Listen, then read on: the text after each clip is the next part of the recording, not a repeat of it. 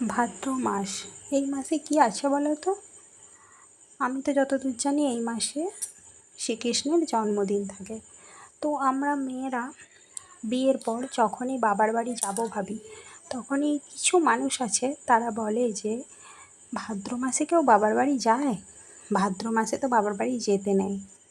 আচ্ছা, 2026-এ দাঁড়িয়ে এটা কে মানে ভাই?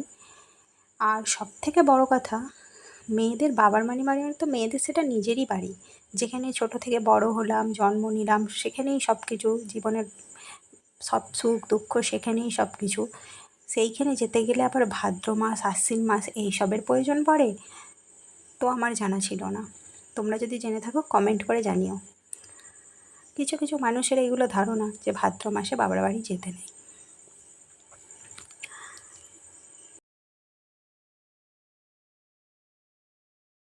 আর আমি তো এইসব কিছু বিশ্বাস করি না ভাই। আমি বেরিয়ে পড়েছি বাবার বাড়ি যাওয়ার উদ্দেশ্যে, আর বাবার বাড়ির গ্রামে চলেও এসেছি। এটা আমার সব থেকে শান্তির জায়গা, যেখানে আমি জন্মেছি, বড় হয়েছি, সেইখানেই তো আমার বেড়ে ওঠা, সেখানেই তো আমার সব কিছু। আমি কেন সেখানে যেতে গেলে আমার ভাদ্র মাস বা আশ্বিন মাসের প্রয়োজন হবে? আমার তো ওইসব প্রয়োজন নেই। আমার যখন মন চাইবে আমি তখন আসতে পারি আমার বাবার বাড়ি, কারণ সেটাই আমার নিজের বাড়ি।